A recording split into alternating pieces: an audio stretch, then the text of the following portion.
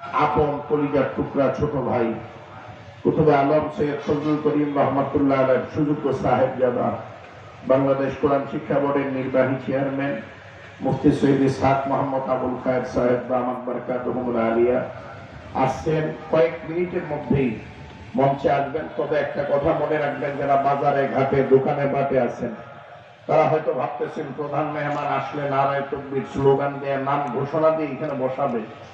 এই ভাবনায় হয়তো বাহিরে চার দোকানে পানের দোকানে আড্ডা দিতেছেন। এই ভাবনা থাকলে কিন্তু চরমনের হুজুরও দেখা হবে না, বয়ানও শোনা হবে না।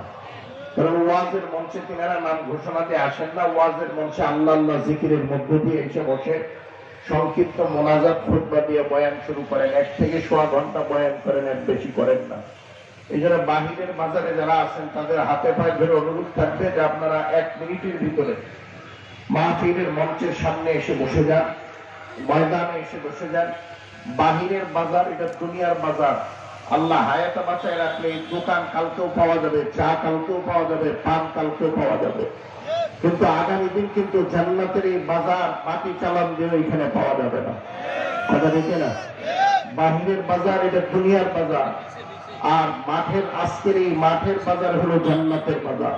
কথা দেখে না, জান্নাতের বাহিরের বাজারে চা পাওয়া যায়, পান পাওয়া যায়, আর জান্নাতের